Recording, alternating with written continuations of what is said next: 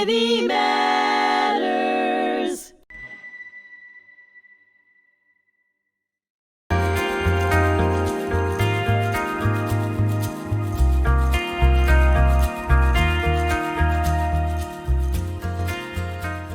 Hello, everyone. My name is Donna Rosenblum. Thank you so much for being with us today on our episode of Legacy Chronicles, honoring the past and shaping the future. I'm here today with our guest, Arnie Newfield, who is going to tell us about his parents, family, and a story about being a Holocaust survivor. So thank you, Arnie, for being with us. Thank you for inviting me. We love having you. And let's go back to the late 1930s Vienna. Tell me about your parents, what they did there, what their life was like, and then we'll lead into the next steps. Okay.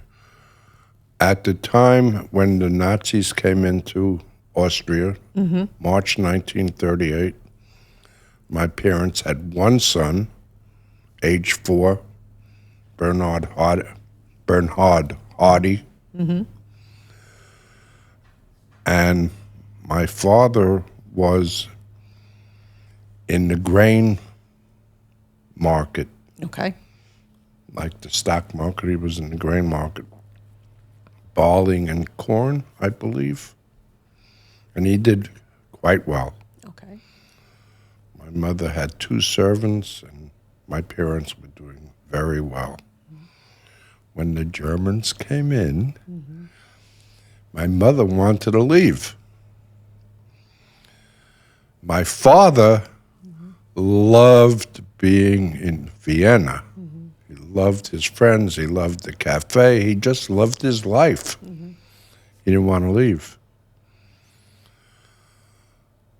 Were your parents religious by chance? My grandparents were religious, at least on my mother's side.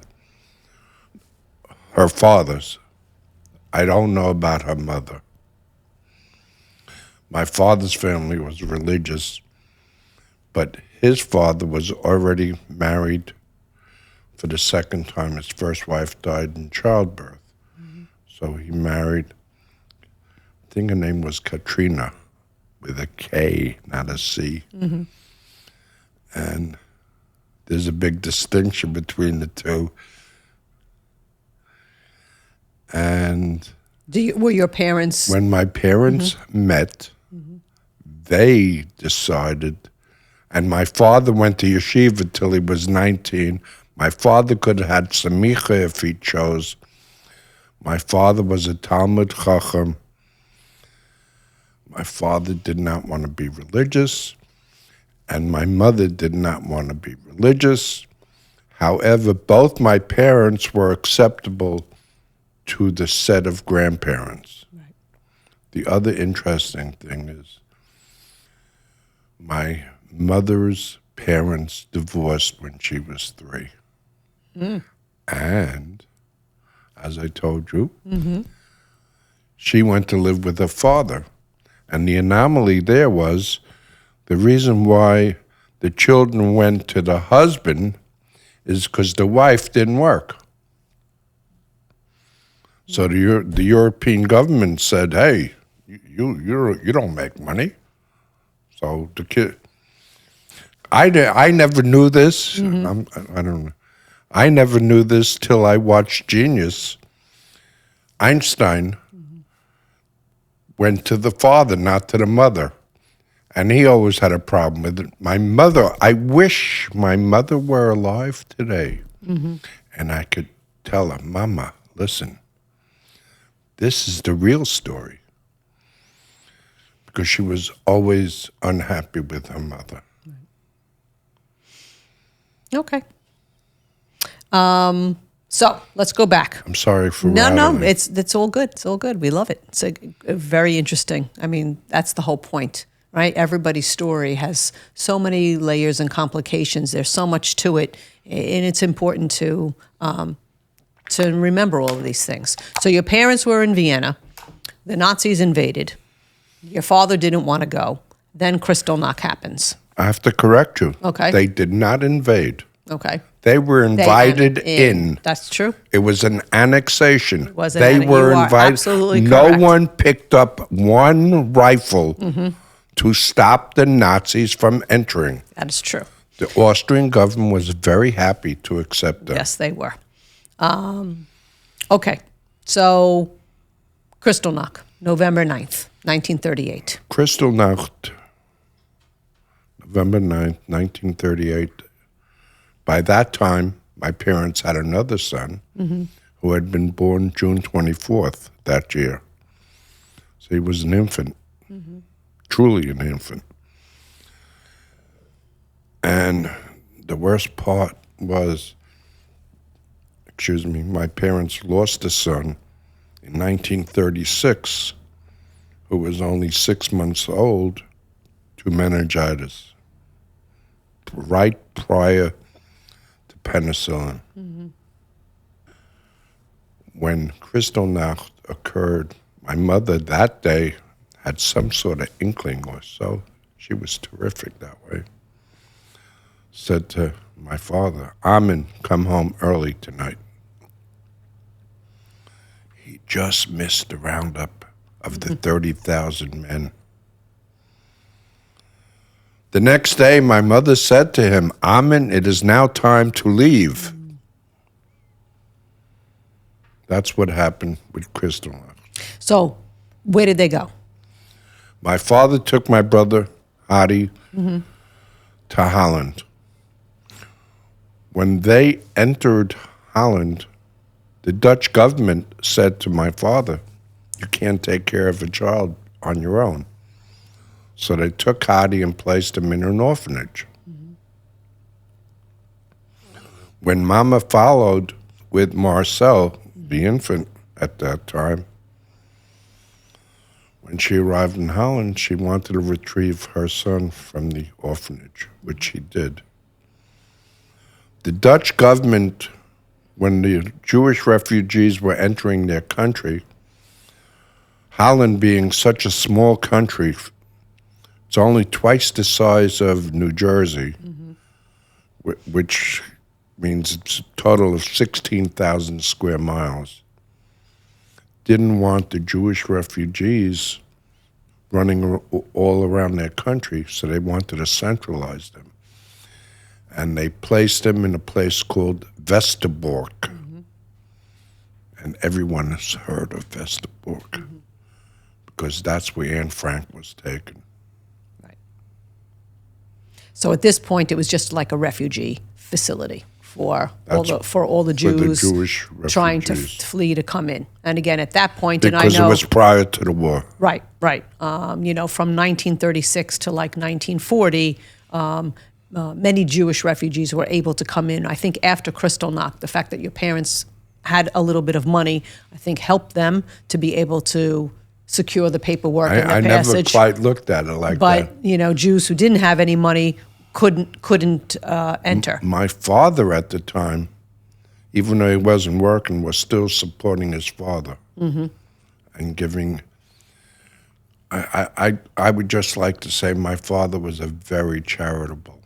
Very charitable. And I guess I take after my father, and one of my sons takes after me. Right. Yeah, it's important. It's, when you have to be able to help others. But I do think that those things played a major role. Maybe that also the fact that your parents had some money, helped them when they got to Westerbork. Even when we didn't have money, right. When we were in the United States, my father sent money to Israel, to his brother's son who needed medicine. And we had nothing. And my father... And yet he did. Yep. Yeah, it's part of who he was. Yeah. I want to give kudos to my father. He deserves it. Yeah. All right, so we are now in 1939 going into 1940. Of course, the war breaks out September. May 1940. Right, and then May 1940, Holland is invaded, and the government is taken over by Germany. And now all the Jews living in Westerbork. in Westerbork, and then the Jews living in Holland all have to deal with, the Nazis and the Nazi final solution plan. So what happens in Westerbork? The Jews that were in Westerbork were part of the infrastructure. And because they were part of the infrastructure, the Germans utilized them to do their transit camp, which means they were shipping, I'm sorry, not shipping, they were sending. Deporting, better word, thank you. The French, Belgian, Dutch Jews through Westerbork, eastward, to either Auschwitz, Ravensbrück, Bergen-Belsen, or to Theresienstadt. right? And that began in summer of 42. 42. 42 is when those camps, By the way, somebody was born February 27th, 1942. I know. Who was that? Right smack in middle of the war. They allowed a baby to be born. Yeah. So they let the Jews live life in Westerbork. And I'm talking about the Germans, allowed the Jews who were there, who were part of the infrastructure, to continue their lives. So let's just specify It's the only way I was born. That baby was you. That's it. Yep. That's me, And, some baby. And your parents were able to have a bris for you and a baby naming and the There whole... was a Moyle who happened to have been the rabbi of the camp. His wife subsequently came to New York, and she was my godmother. Wow. And I had a relationship with her. Amazing. All right, so you're born right in the middle of the war. Again, your parents were part of the infrastructure. Then things change. Things changed March 1944. The Germans ran out of Jews to deport, so they cannibalized Westerbork.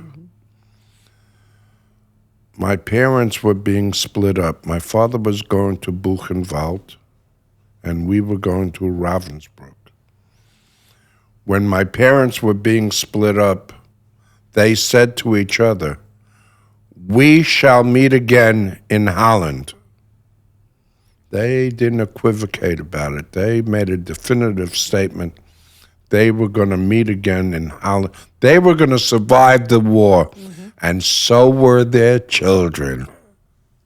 Right. So you, your mom, and your brothers were all sent to Ravensbrück in March of 1944. And what your mother tell you about, I mean, obviously you don't have any memories of these things. You were a baby.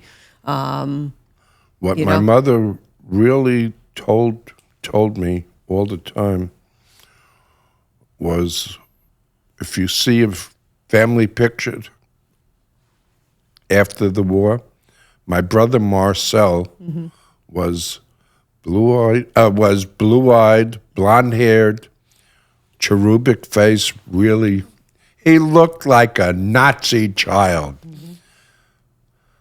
The German soldier loved my brother, but more important, the gypsies who ran the kitchen loved my brother. My brother Marcel came down with tuberculosis. And when you have a lung disease, you need fat.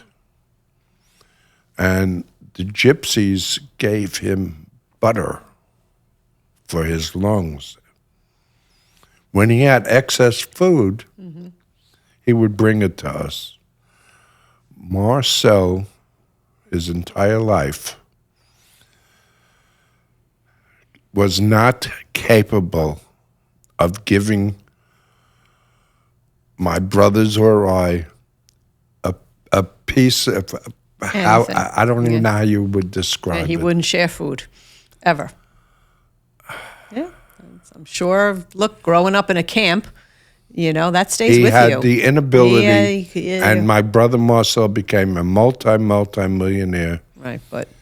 And he was not capable of sharing a penny. Yeah. Well,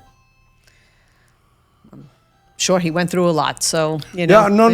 Yeah, I know. You know, it's just, Donna, I have to tell you, the older I get, the more I forgive. of course. So I hope I get very old so I could really forgive. You're doing a good job. Don't you worry. All right. Getting old or forgiving? Both. Okay. So we're at Ravensbrück. Obviously, your mother has to keep 3 boys alive. Not an easy task under these circumstances. And then in March But I just want to, when the Nuremberg trials came into being in 1946 for the lesser Nazis, the commandant of Ravensbrück came on trial. And we were still in Europe at the time. My mother said to me she wanted to go and testify for him because he made sure the children, meaning me, had milk every day. Right. So as bad as everything was, Right.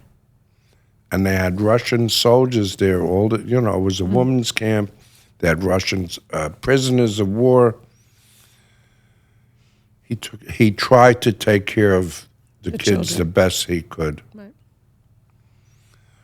And she wanted to testify in his favor. Very interesting. Okay. So, March of 1945. What happens? Everything changed again. The Ravensbrück being in the northeastern corner of Germany, the Germans were emptying out all the concentration camps that were in western Poland and eastern Germany. Very simply, the Russians were coming, and they were coming very quickly. So the Germans emptied out Ravensbrück. They placed us in cattle cars for a 2 or 3 day trip to a place called Bergen-Belsen. As a side note, Anne Frank passed away in Bergen-Belsen. At that time, March of 45. At that time. Yeah. So when you get to Bergen-Belsen, you tell the story about your arrival. My mother speaks about the actual cattle car and says you would not believe the stench. But worse than the stench was the thirst. So the trip is finished, and the cattle car leaves you off 3 miles from where the camp is, where the actual camp is. You got to march. And if you don't march, it's okay. They shoot you. So you have very little choice. My mother has 3 kids, one that's a little under 10, under 11, one that's a little under 7, and me at 3. How is she going to get herself and these 3 kids across the finish line to the camp without being shot? Good question. The Germans supplied a truck for people my age. Should she put me on a truck? If she places me on a truck, will she ever see me again? If she doesn't place me on that truck, will the 4 of us get to the finish line without being killed? She decided to put me on the truck. Marcel decided he wasn't walking. My mother said, "You're not going to walk? It's fine. Just look at that woman who just got shot by the German soldier and killed." He got up and he started to to move. Yeah. He started to move. So you get to the camp, and now your mom has to retrieve you. You know, every time I tell the story, there were different points I get emotional. Right. People made choices, and how the hell did my mother? It just. Yeah. It's incomprehensible. Knowing my mother, 410, all of 410, and how powerful she was, I could understand it. But emotionally, Sure. So anyway, they finally arrive at the camp, and she wants to retrieve me. She finds out where I'm being held. She goes there, and she sees a SS female guarding the warehouse where I am at.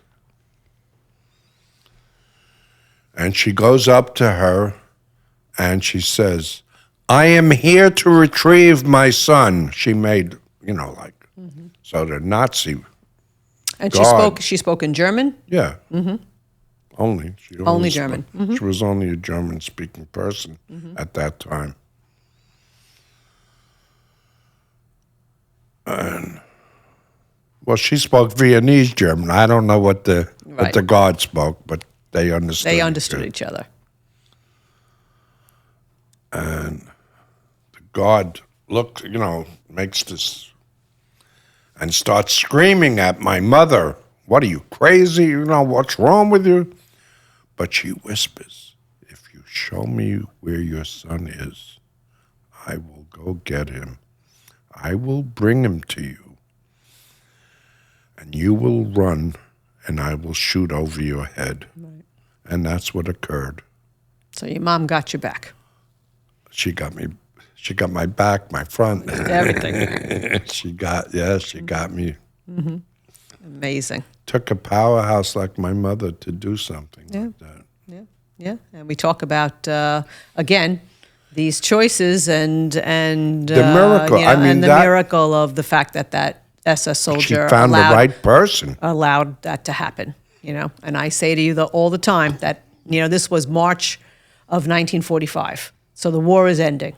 You knew that things... We heard the bombs every night. Right. Germany was losing, and this SS woman knew that Germany was losing. And, I think her humanity was able to come out. I think do I know? Her humanity or she was scared? Maybe a little combination of both. But maybe because she was scared or because she knew Germany was losing, she could allow what she knew was right to be part of who she was. Bergen-Belsen was the camp that protected Hamburg. Mm-hmm. But we would hear the bombing of Hamburg every night. Right.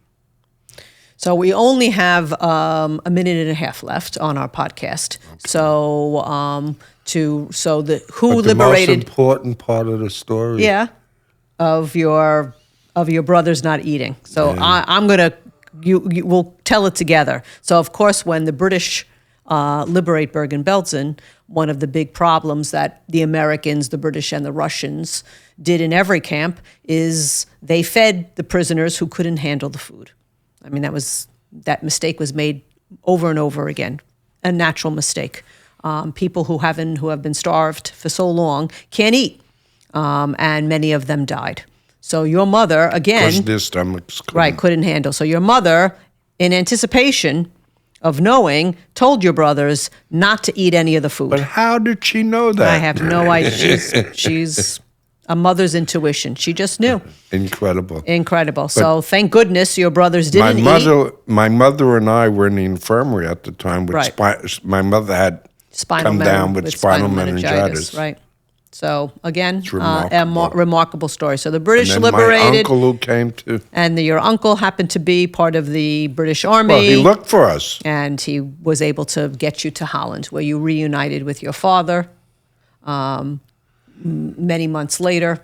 And Can I tell the story of my father in Buchenwald? yes, you can tell your father's story quickly, actually. And My we'll father finish up. never shared his experience in the concentration camp. I didn't learn till his eulogy by the rabbi from Great Neck, Temple Young Israel. Mm-hmm. The Young Israel of Great Neck, Rabbi Lerner. My father, not being religious, went to shul every Shabbos. There was some Shabbos in wintertime. The mama would call me, could you take Papa to shul? My deal with my father, or my father's deal with me, I had to leave him 2 blocks from the synagogue. Otherwise, he wouldn't go. Oh, right. But Rabbi Lerner said, my father, who was a Talmud Chacham, taught him Gemara or Talmud every Shabbos. Now, if you know what the Talmud is, it's a book this size, 11 of them, and if you start studying today, it takes 7 years and 5 months to complete. And my father did this in his head. In Buchenwald. In Buchenwald, and that's how he survived. Stayed alive. Yeah, amazing. That's how he survived. You found that out I didn't find it out till amazing. Till the eulogy. All right. Well, unfortunately, our time is up. Your story has been unbelievable, as always. Every time I hear it, I always learn something new. Donna, you could tell it better than I can. It's okay. As long as you're here, you're going to tell the story. I love you. Thank you so much for being with us at HMTV and our HMTC, HMTV podcast. Thank you, Arnie. All the best. And we'll do it again soon.